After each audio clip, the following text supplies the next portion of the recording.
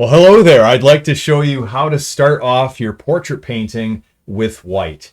In this portrait, I'm working on a depiction of King David as he was rejoicing when the Ark of the Covenant came back into Jerusalem. This is King David of about 1000 BC. And I have the sketch finished, and I have him rejoicing here.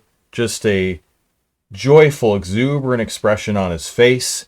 His arms kind of outstretched here, and he's doing a dance, and we've got, the temple in the background. And I put a glaze over, well, actually a glaze underneath, what we call a toning layer, or a ground is what it's traditionally called, behind the sketch. And then I sketched on top with a mixture of raw umber dark and some other colors like burnt sienna, raw sienna, just to give it kind of an earthy feel. And I wanted to pick up a lot of the coloring on the reference photo, where we have the temple, and we've got these dark shadows and cooler colors. And so my approach then is that if I start out with white over this ground, the sepia tone ground, I should be able to get a lot more bang for the buck, so to speak, with my painting. And the goal with any painting is to proceed as quickly as you can without sacrificing quality. And I think this approach of starting with a mid-tone and working highlights and shadows into it. I did this before with my painting of Paul the Apostle praying, and you can see that video as well on my channel. But this approach of using white can be very beneficial. It's not something you can do with all portraits, but there are some images that will lend themselves to that, especially where you have strong contrasts and you've got a lot of earthy tones in your image, in your reference image. So let's start off here. I'm going to open up with a word of prayer because this is a new painting session. I'm just going to invite you into the process. I hope this is helpful to you. Invite the Lord into the process as well. Father, we come before you in Jesus' name, and I ask a blessing on this painting session. Help me to be able to depict this well, this exuberant joy of the sure mercies of David, that David rejoicing when the ark came back. And we just think about how you save us, and we have that assurance of salvation in Jesus Christ, and it just gives us a joy when we rest upon that promise. I pray you'd help me to capture that. I pray you'd help me to capture the technical aspects of painting here, getting the highlights in, and then the shadows later on, probably in another video. Bless the students watching. I pray this encourages them, helps them, gives them something they can employ in their paintings right now. So I ask that in Jesus' name. Amen. All right, so let's begin. I got my usual palette here, but I'm going to just be sticking with titanium white primarily. Small round brush, maybe a flat as well.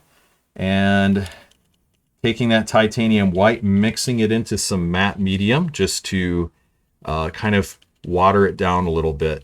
And this is the tenebristic Caravaggio kind of technique that the Baroque artists used. I mean, specifically Caravaggio, and you'll see that in his painting process, using like a lighter color over a ground and then working out of that. Kind of a monochromatic underpainting and then colorizing it, which is what I intend to do with this one here.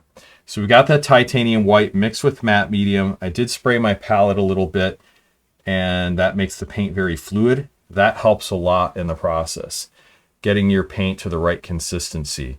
You want it kind of like a warm honey. And we're going to start, from the left, working our way to the right because I'm right-handed.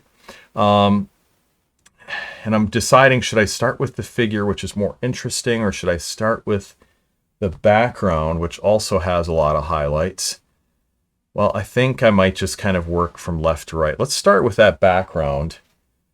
And we're just going to, again, put this glaze over the top. And as a matter of fact, let's just mix a little bit. Yeah, just a little bit of Indian yellow. I think I did that in that painting I did of Paul the Apostle praying. Just warm that titanium white up just a little bit. Okay, let's do that. And then again, let's start here with the background. And we're just going to basically go over these areas here of the bricks. Now I could use a flat brush for this, but I think the round brush will give me some good precision. So let's stick with that. And now, since we're painting in this format here, going light on dark, we can use this opportunity just to establish a few differences in tonal value. In fact, I'm going to dab this because I see that it's a little bit darker. This brick over here is just a little bit darker. And I'm going to zoom in so you can see that even better. So this round brush does give me a pretty good amount of precision. And if you look at, Caravaggio's work, he did do quite a bit of precision within his Grisaille, which is what we call it, a Grisaille underpainting. He employed quite a bit of precision in the brushwork. So I don't think he used a broad brush and just blocked it in very loosely. Although that has its place too in certain styles of painting, but in this painting I decided I wanted to approach it in the more classical way. Okay, so here we've got a little bit of the brickwork, and I can actually shade with this, which is nice, just by using more or less brush pressure. The more brush pressure you use, then not the darker it'll get, actually in this case the lighter, but the thicker the application, the stronger the application. So keep in mind you can use brush pressure to your advantage quite a bit. Now what I'm portraying here is the highlighted portion of these stones in the background, which actually could make it look a little bit out of focus. I'm going to still stick with this brush just because it seems to be working well.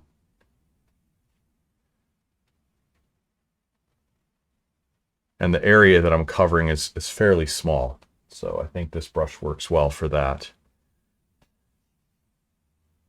Okay, I'll just put a little bit in the middle, dab that a bit. That's another technique we can employ, and I've got videos on this channel showing you, how to do some advanced blending techniques as well. Okay, we'll just dab that a little bit and try to just smooth that in nicely. So again, the highlighted facade of this building, this part here is in shadow. I don't know if you can see that. This is what we're looking at right here in the reference photo.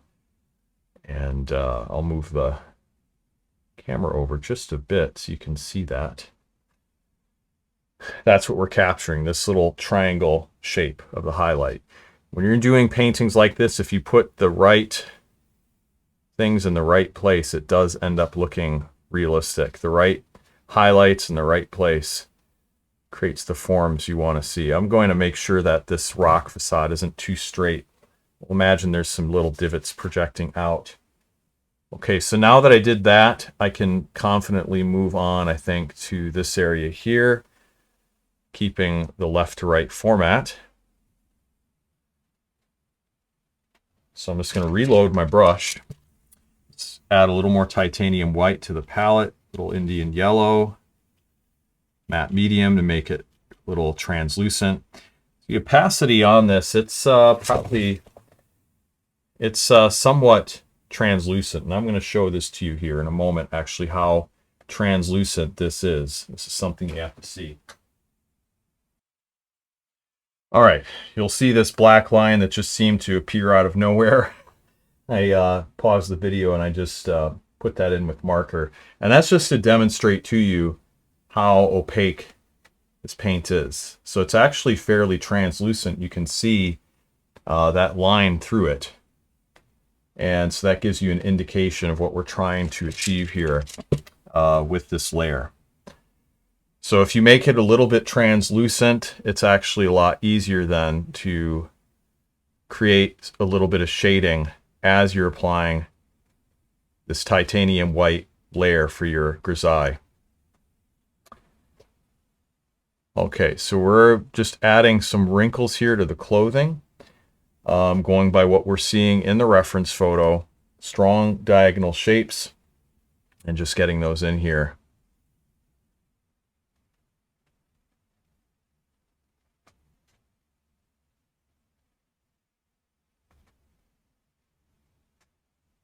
All right, and then we'll just kind of dab this a little bit.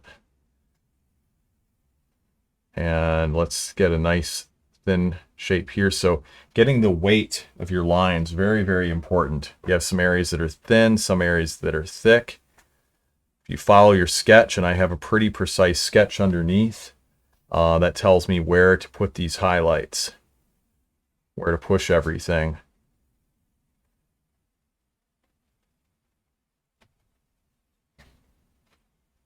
Keep loading my brush again. I'm looking at the reference photo. I'm not just painting, you know, what I think I see, but what I actually see. At least I'm endeavoring to. So really looking at that reference photo. Very, very important.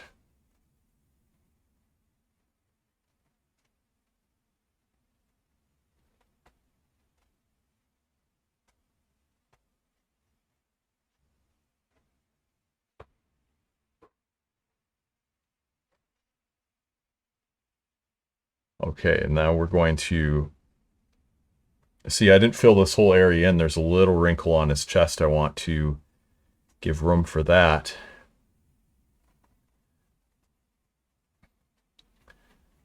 Now we do some nice curvilinear brush strokes, mostly brushing upward. That follows the texture of the fabric on his clothing. That's important.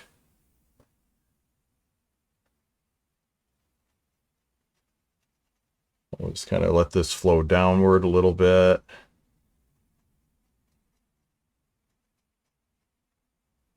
Going, again, following that texture. And you can keep a pretty smooth application here. So it's kind of like glazing in reverse. We're going light on dark instead of dark on light in this instance.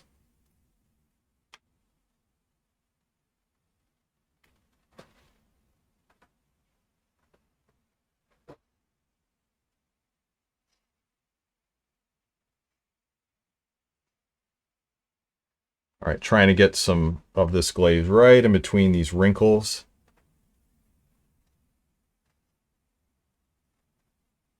And I reload the brush so that it conforms to the lightest areas. So in other words, since this highlight here is the lightest on this side, I reload my brush just before I put that down, instead of trying to push paint out or have the paint supply on the brush exhausted.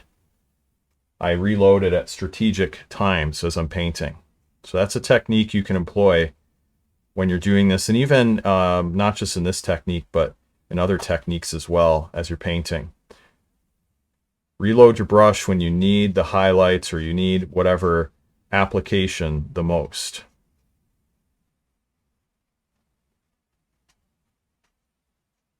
Okay, just continue to add that on. And you don't want to go over any other areas. Once you've applied this, don't rework the areas that have begun to set up, or you're going to make it all blotchy. You want to keep that wet edge and just move everything along really nicely. Let's work on his face a little bit, because that's an area that we do need to get to. And I think I'm going to do the whole illuminated part of his face, even though in the reference photo we've got, you know, highlights within the highlights. I'm going to treat the whole illuminated area as one section, and then I will, you know, do a highlight on top of the highlight later on the finishing stage of it. For now, we're just going to, got a little too thick of an application. If you have too much on your brush, you can always kind of dab that off a little bit. There's nothing wrong with doing that.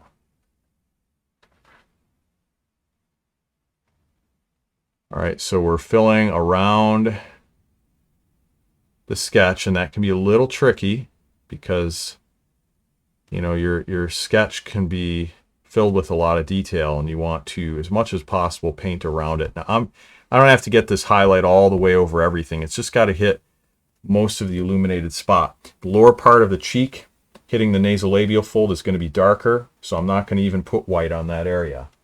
We'll just let that be. We'll put some on the nose, and again, I just reloaded my brush, so now this application is stronger. Therefore, it looks brighter. looks like a lighter value, and that's okay. I just need to wipe my brush off because I had too much on there, and I don't want this to have a thickness or a texture to it.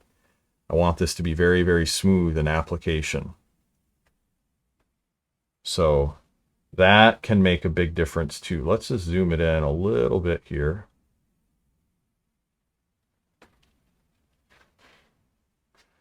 All right, so now we've got the mouth and the teeth. I don't know. I could hit the teeth, but they're not really illuminated. They're actually in shadow. So I don't know if I want to hit them or not. These are little decisions you have to make along the way. Chin kind of juts out a little bit. This part of his upper lip area seems to be illuminated. This whole side is in shadow, so I'm not hitting that. I don't know, maybe I'll just hit a little bit of the tooth. Just a couple of the teeth in the middle. But I think for the most part, they're probably not going to be very strong. Now let's get the neck. We're going to start on the left-hand side. I just reloaded my brush, and I am going to apply it here, also on the trapezius muscle as well, that upper shoulder area by the neck, upper back. Okay, so we get that in, a little bit of highlight here for the Adam's apple area, platysmal banding, and then a little bit on his chest right here. Get that in.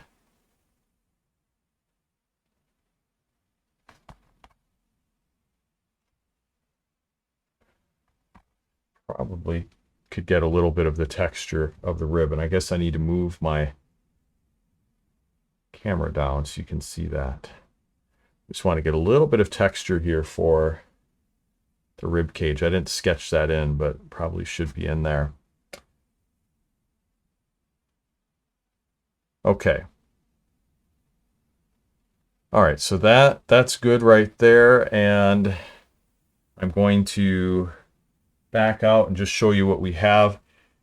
This video, I don't want it to get too long, so I'm going to stop off here, but I just wanted to show you the process. This is what we've accomplished here in doing the setup here for classical painting using titanium white to introduce the highlights. And we'll be creating a grisaille underpainting, a monochromatic underpainting for it, but the titanium white highlights is the first step. And I'll be continuing this process on. And then I'll be adding some shadows as well. And then once the grisaille is done, that monochromatic underpainting is finished, then we can start introducing color to it. And that's when it gets really exciting. But I hope you found this video helpful. And be sure to like and subscribe, share this video with a friend. If you would like some more resources, check out my online school, realisticacrylic.com, where I have several tips, tutorials, free videos for you, and I'd be happy to share those with you there. I also have a free guide that you can get below this video. It's in the top comment or the description.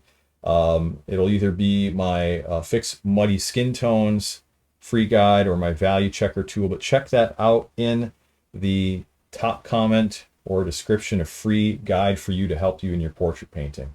Well, thank you so much for watching. God bless, and I'll talk to you soon. Take care.